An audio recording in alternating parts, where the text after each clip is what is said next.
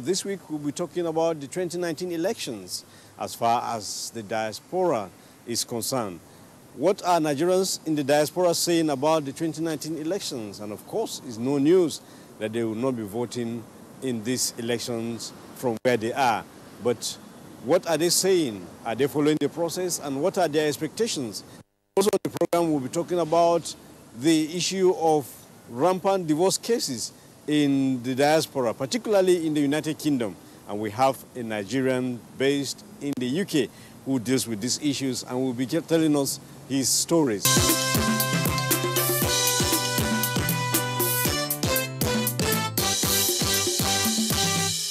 Let's begin with the thoughts of Nigerians in the diaspora on the 2019 elections. What are they thinking about the elections? They are not going to be voting from the diaspora, but of course, they are following the process and they are thinking of what should happen during and after the elections. My colleague Joy Osiago in Canada spoke with some Nigerians on the 2019 elections and of course engaged the Nigerian High Commissioner to Canada on his thoughts about the election also. Here is Joy Osiago.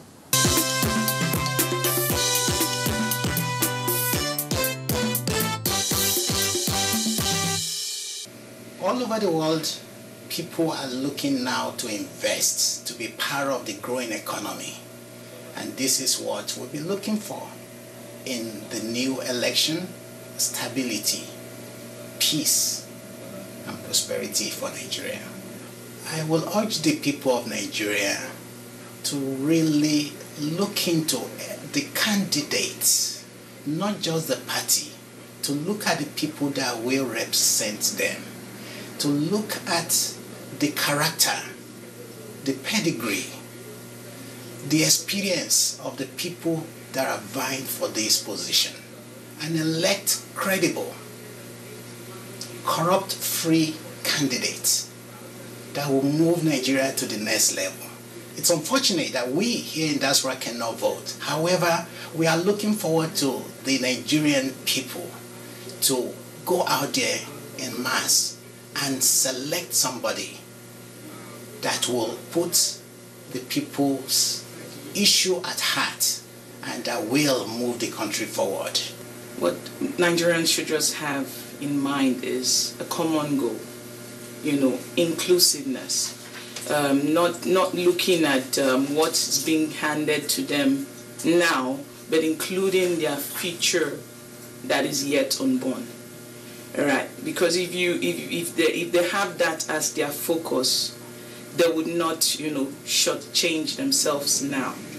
They'll be able to make decisions with the next 20 years in mind. What they should be looking out for is not as much as someone that has experience, because right now, based on those that are up for election, we have some of them that in quote and unquote say they have experience, but they should look for those that are genuine, those that are sincere.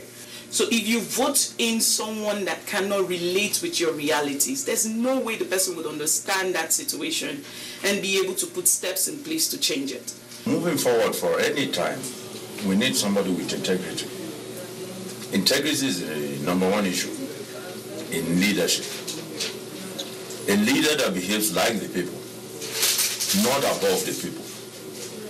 A leader that can associate with the common man is what we need. A lot of discussions go around age. As far as I'm concerned, it's not a factor for me. Yeah, at least you can see the progress of campaigning now. It's a peaceful, gradual election campaign that has never been seen for years. So you can see the change. I've seen a lot more engagement, from the general Nigerian populace, both home and in diaspora, and that's really very encouraging. We should look deeper into individual integrity, accountability, the track records of individuals and how they have delivered, not only on their affiliations, to godfathers or to parties, but we should, have access to these individuals, ask them questions. For every line, of promise that they make, we want them to match with a budget on how they will raise resources, to implement those projects. So we should, stop seeking for promises, but we should look for how these individuals can match those promises with the realities. The idea that, people are not looking for money before they can vote, it's a step in the right direction. We need to pay attention to not only who becomes the president, but who represents your riding in the National Assembly. The reason being that these are the lawmakers, these are the people that are really, really very important for you to communicate with, to monitor. And you should not vote because of a party. A party is good, but you should vote the candidate that you feel best are going to represent your interest in the National Assembly.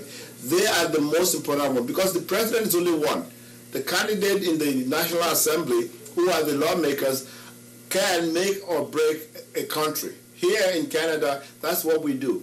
We vote, we know everybody personally that represents our riding, either from the local level, from the provincial level, and from the federal level. We interact with them, they live among us, and we can monitor them, and if they stop representing our interests, we vote them out. Many of us here would want to go home, go back to a Nigeria that everybody has a stake. Apart from people who are card-carrying members of the political parties, I would advise that every other voter should vote according to his conscience. They should vote according to people who they think will do what they want, people who will do what they say they will do. I know that party members will be obliged to vote according to party lines because they have chosen their candidates. But if it's necessary for them to vote for anybody that will do better than their party man, well, so be it. So I would advise, first of all, that every registered voter should spend just that one day in 4 years to go and do the real thing. Go and vote. And when you vote, you stand by your vote.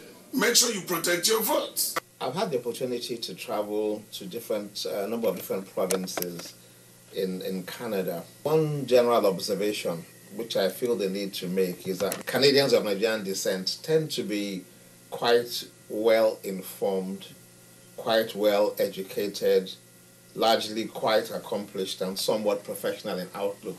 And so to that extent, they tend to view what goes on back home from a more informed perspective. They don't take things on face value. Their feeling about what's going on back home right now is positive, to the extent that they believe that we're moving in the right direction. There may be concern about the fact that things are not as good as they could have been, but there seems to be the realization of the fact that the present administration met a very, very difficult situation when they came into office. And the process of putting things into the kind of shape we want things to get into will not happen overnight. So I get the sense that to a large extent, our people in Canada are relatively satisfied, even though they like to see things happen a bit quicker. And perhaps to go into just a little bit of depth, I think they get the sense that efforts geared towards restructuring the economy are on course and appropriate. I must also point out that some of the reports that we've been hearing over time, which I tend to draw attention to when I meet with people in Canada, whether they're investors or Nigerians based here, things like having moved up on the World Bank Ease of Doing Business ranking by 24 positions in 1 year is no small feat, or being regarded as one of the top 10 best performing economies by the World Bank is not a small feat. So all those matters tend to give us the impression, the Nigerians have the impression that we are moving in the right direction. I think they'd like to see their people back at home come to a place whereby they begin to enjoy the economy a bit more, but that would take time, and I think they understand that. I also get the sense from talking to our people, Nigerians in Canada, that the government's effort geared towards battling corruption is well received and is something that they're quite pleased about.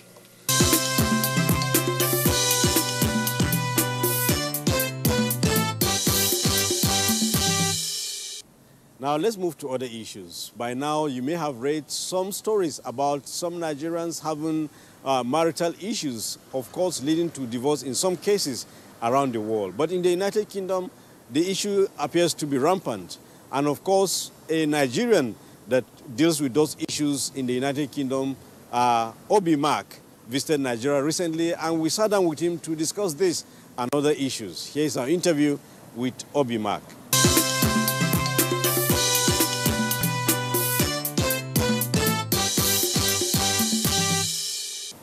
Under what circumstances did you go out of Nigeria? Well, when I moved over to Germany in the 90s, I left the university, the University of Jos, and after my National Youth Service, I just wanted to see the world. So because I have lived all my life in Nigeria, from primary school to secondary school to the university, the moment I finished from the uni, I just wanted to see what the outside world is like. So that's basically the primary motivation. So I moved to Hamburg in Germany, where I lived for like 12 to 18 years before I left for United Kingdom. So all this while, what's your specialty, both in in Germany and the UK? What area are you working? Well, while I was in Germany, I was into social services, and that's actually where the flair for picking up issues concerning Nigerians in the diaspora started. I used to look after Nigerians, and most of them that had issues, we tried to champion their problems by liaising with the Nigerian embassy in Germany and overall, looking after our people in Germany. And when I left Germany to the UK, after a couple of years, my passion for this particular interview today was triggered because of things happening in the UK, especially in London. Now, I was in the US 2 years ago, and last year again I was in the US. I was in Texas, and there's lots of Nigerians living in Texas. I visited a couple of cities. I was in Dallas, I was in Houston, I was in Katy. Now, what shocked me is most Nigerian families I visited in America, you find out that out of every 10 families that you visit, 8 of them are not functioning families because the parents are separated, divorced. And at the end of the day, you find out that the people at the crossroads are the children. And then I heard stories of Nigerian men killing their wives. It was rampant. Some end up shooting their wives. And then I think the reasons for this was basically financial.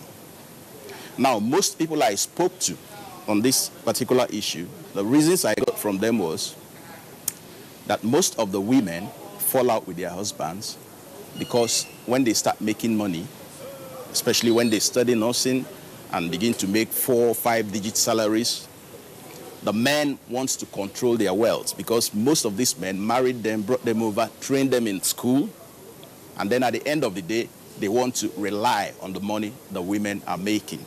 Some of them don't even want to work anymore. And then that's where the squabbles, the troubles start. And then before you know it, they are divorced. And then the children are the ones that suffer. Then, again in the UK, the passion started growing more and more because of the experience, everyday experience in the UK. It's even gotten to a point that the Metropolitan Police in London had to come in. They had to bring in some Nigerian police officers, basically Yoruba police officers that work for the Metro, to go to churches where Nigerians worship, to preach to women to stop calling the police on their husbands and stop breaking their homes. The reason why the police is doing that is because they noticed that most gang-related problems, you know what, there's this thing that happens in the UK, they call it the postcode gangs, where basically every street has youths that belong to gangs. They kill each other. Every day you hear people are stabbed. And in any situation where you see that Nigerians are involved in such crimes, you find out that they are children from single-parent homes. There's no father presence in the family anymore. Would you say there's any kind of cultural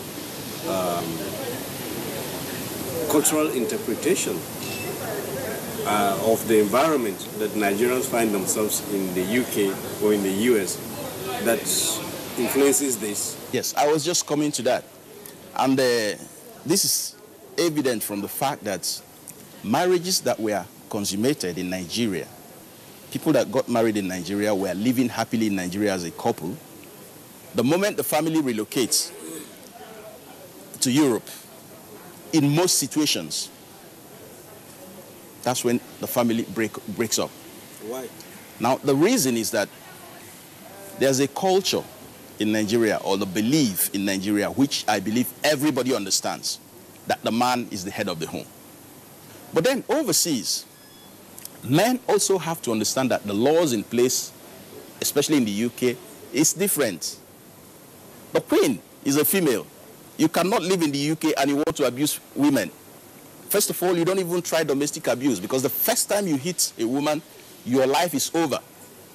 They put you in the domestic abuse violent register. You might not even be able to get good jobs anymore, because it will come up every time you want to go for something. So people need to understand that the society is different, and that the society is that of equality. There's no this, I'm the head of the home. You have to understand that you and your missus are equals in that society. And that's basically where our problems starts. You find out that there are people that work. You're working, you're making money. Your wife is working, your wife is making money. She goes out every day, she does 12-hour shifts. She comes back home, you do the same, then you sit down watching television, and you expect her to go to the kitchen without even helping out. She will go to the kitchen, make food for you. Some of them sit down, wait for the woman to even pass the food on the dining, take the plates out, clean the plates, clean the house, does everything herself. After some time, the woman it begins to irritate her because you're not helping. And don't forget that in Nigeria, you have house helps that you can pay as a man to assist your woman, assuming you're not the domesticated type. Such things are not overseas. So men need to realize that you have to help out the women. And you also have to realize that the society where you live is the one that respects women. So domestic abuse is off the table. You don't try such things. You also have to realize that you are an equal. Your wife is a partner to you. There was a family I spoke to. This was a beautiful marriage for 10 years, and all of a sudden, it was the wife of the man that called me that their marriage is broken down completely. I tried to find out the reason, and the reasons they were giving to me was just funny. Things that shouldn't split a relationship, especially when you have children involved. I called the man on the phone. I said, what's the problem? And he said the most annoying thing about his wife is that his wife will wake him up, will order him to wash plates. I was laughing. I waited for him to finish. I said, do you hit your wife? He said, no. Do you pay your bills? He said, of course he pays his bills. So what's the problem? The problem is domestic. The wife feels she's overworking, the husband doesn't help. And she's a working woman too. She earns salaries, she helps you to pay bills, so why wouldn't you help with? I said, what is wrong with washing plates? I said, listen, if it offends you that she tells you to do that, then just do it before she opens her mouth. And like that, you will have your respect and even the love. So People break up for reasons that really don't make sense. For instance, you'll be surprised that Nigerian men that are married to white women succeed in their marriages. I don't know how that works. You will see a Nigerian guy that is married to a white British female or a German woman for 10, 15 years. No issues. When he gets out of the marriage and marries a Nigerian woman or a black woman, problems will begin. And you know the reason? The reason is the culture. The culture of the fact that men are dominant in relationships, which they don't try out with the other races. They understand the behavior that we carry along here, because that is what is, breaking up a lot of families. So my advice is, understand that it is a different scenario. If you're the type of man that molests women in Nigeria, know that there's no chance doing that overseas. You will end up in jail. Okay? And there are even situations, the worst ones, the things that happen as a result of this breakdown of marriages. There's this instance where these women, some of these women, the marriages break up, they move on. The man is gone. Then they'll bring in a new relationship. Some of them have children, girls, that are 16, 15, 14. There are situations where this new relationship, these new men that come into the family, abuse the children. Because it's not their children. And some men being who they are, they abuse the children. So at the end of the day, you've not only succeeded in wrecking your marriage, you've also succeeded in wrecking your own family, the whole family generally. So it's a big problem that everyone has to contribute his own quota. Because making Nigeria great is just not, it shouldn't start and end with politics. We are raising a generation, future generation, that is going to be responsible to this country. And whatever problems that we are having now has to be nipped on the bud before it gets really, really bad.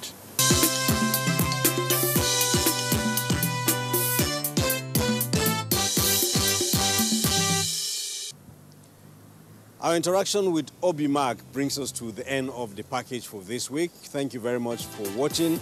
On behalf of the rest of the team and indeed everyone who has made this program successful, my name is Makut Simon Macham, and I invite you again to join us next time for another edition. Until then, bye.